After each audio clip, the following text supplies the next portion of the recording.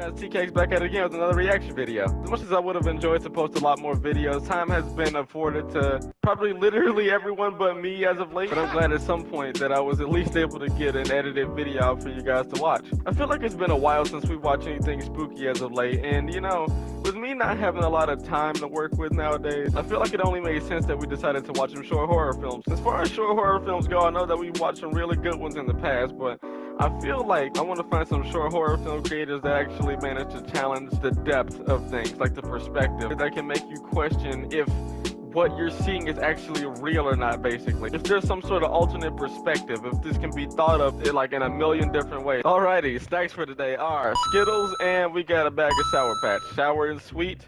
You know the combination. Unfortunately, I think you've also noticed that we are back to our unhealthy ways, but you know, it's been a minute since we've done a reaction video, so I think we can get away with the cheat day. You guys earned it. Alright, the first short horror film we're going to be watching is called The Changing Room, and it's by Grimoire Horror. I think that this creator definitely fits the description of what I was going for. Short horror film creator that's only looking to advance their skills and, you know, looking to challenge exactly if the reality that they're, you know, presenting to you is real or not. And they look like they're definitely doing that. Especially with this thumbnail, using like the various repeated images of a single girl, and I'm thinking I can see something that isn't in the other ones. So this definitely has something to do with optical illusions from the thumbnail alone. As far as what happens with the mirrors, as if this is going to be another doppelganger type of deal, or if something else happens with the mirrors, I'm very invested to see what transpires in this and to see exactly what this girl is going to have to confront. Either it's herself or a completely different entity entirely. Who knows?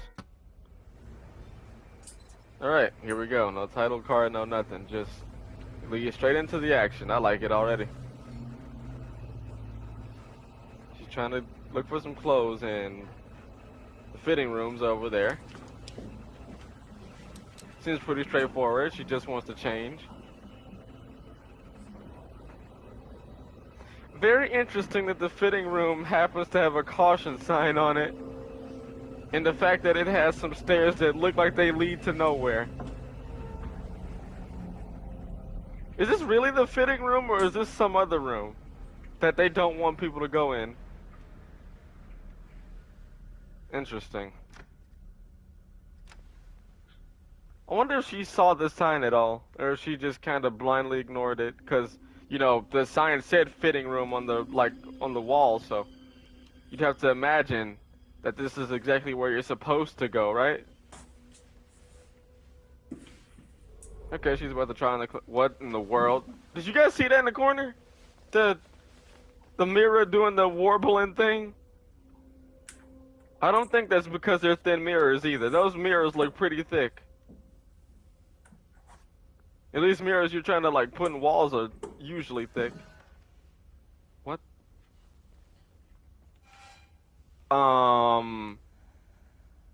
You should immediately leave. The moment you see that thing actually move, you should leave.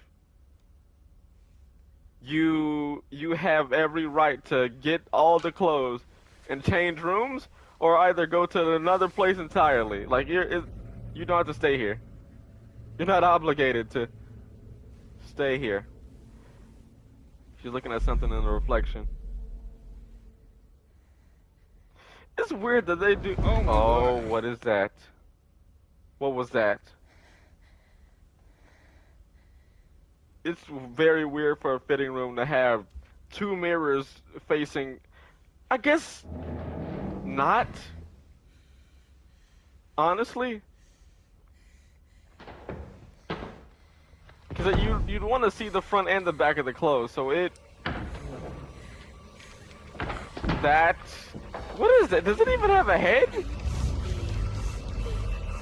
She's got, yeah, it's time to go. Is the door locked? The door is locked, isn't it? Yep, the door is locked. Which means you're gonna be stuck alone with this thing, and it's definitely gonna kill you. It's getting closer. Oh, it's doing the Sadako crawl. You are definitely not gonna survive this. This thing is Sadako crawling. I think if you see anything doing that, you probably already met your end. It is loud too, very loud.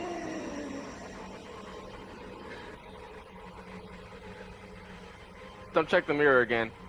Don't. You really don't need to. You could have legitimately just left it. You could have just left it up to chance. You could have probably fought it. Nothing in the mirrors. She could be safe. Maybe. Is that a rope? That was her. Okay. That.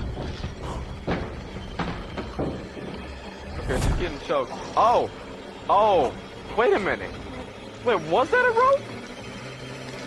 There's no other reflection but hers in the mirror. Obviously, because I guess whatever she saw was an optical illusion, and I'm guessing whatever came after her happened to be invisible, or probably something like a mirror dimension being that can pursue you from multiple angles, and something that she couldn't get away from, at least in that location. There was one big caution sign. It was a dark stairwell. It seems like all signs are pointing towards this being a very bad place. I don't think she heeded the signs because, you know, it's a changing room. It's a confined space. Like, who would think of all places the most dangerous place to go would be a changing room? I think this short horror film definitely leaves a lot to interpretation. Are all the mirrors in the store being haunted by this being, or like is it this changing room exclusively? Who really decided to put the caution sign on the door but decided not to lock the door in the first place? It's so very easy to have prevented the scenario, but you know, I get for the sake of horror, it was a thing. It was definitely very enjoyable and very intriguing to see this perspective, and you know, I'm excited to see more. So this second short horror film is called I Hear It, and it's by ACM Official. Of course, you guys know that we are very familiar with ACM Official. I think we've watched, what, like 2 to 3 of their short horror films in the past. Honestly, I know that I can always count on them to challenge the perspective of horror films. We've seen it with the Mime Man, we've seen it with the Doppelganger, so I'm gonna see if they can continue this. Honestly, the primary reason I probably chose this is because I see a black dude in the thumbnail, and like, I don't see a lot of short horror films with African American characters in them, or actors, so you know, I'm interested to see exactly how they portray them, to be honest. Will this dude react in the way that a black dude would in a horror movie? Like, will he actually be logical about this situation, or will he legitimately just sit still? Baby, won't you please come home? Oh. Alright. Oh, baby, won't you please come Got a sound booth recording happening. Alright, it makes sense for a horror film called I Hear It, so. What exactly does he hear? The light's going weird already. He knows it. The take was great, Callie. Let me just get that last part. Okay. You got it. Baby, won't you please come home? Sounds a little bit more shaky than you did. Oh, wow. Oh, that sound would be agitating. Hey, Callie, there's some sort of distortion. Yeah, she's getting some weird feedback. I heard it too. Let's just take 5. I'll figure it out.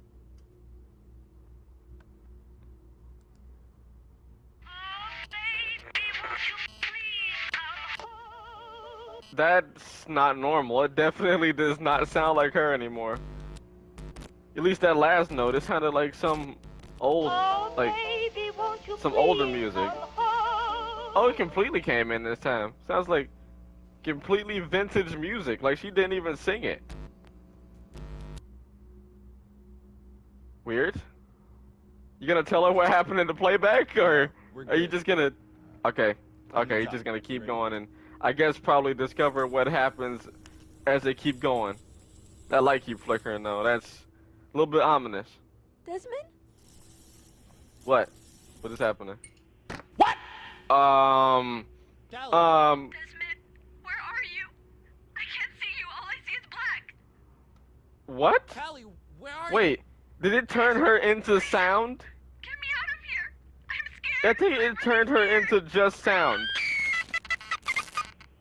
Callie? That is Callie, are you there? new.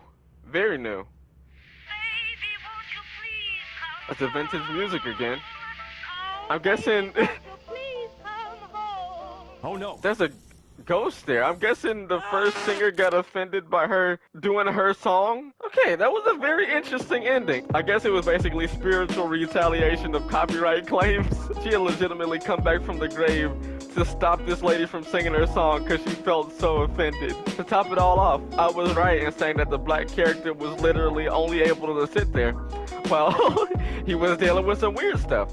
If that light started flickering, immediately the response is, hey, I think we should go. I think we should cut this for tomorrow. I really think whatever is happening in this room right now, we got some faulty wiring. We got some sound equipment not working. We should cut this, wait for tomorrow. We should get someone to check this out. Just anything but sitting in this room at night. So accuracy of black representation, it's a bit sketchy, but you know, in the complete horror perspective of things, I'll give it a 10. You know, I'd always give it a 10. So as far as accuracy goes, no, that's a no for me.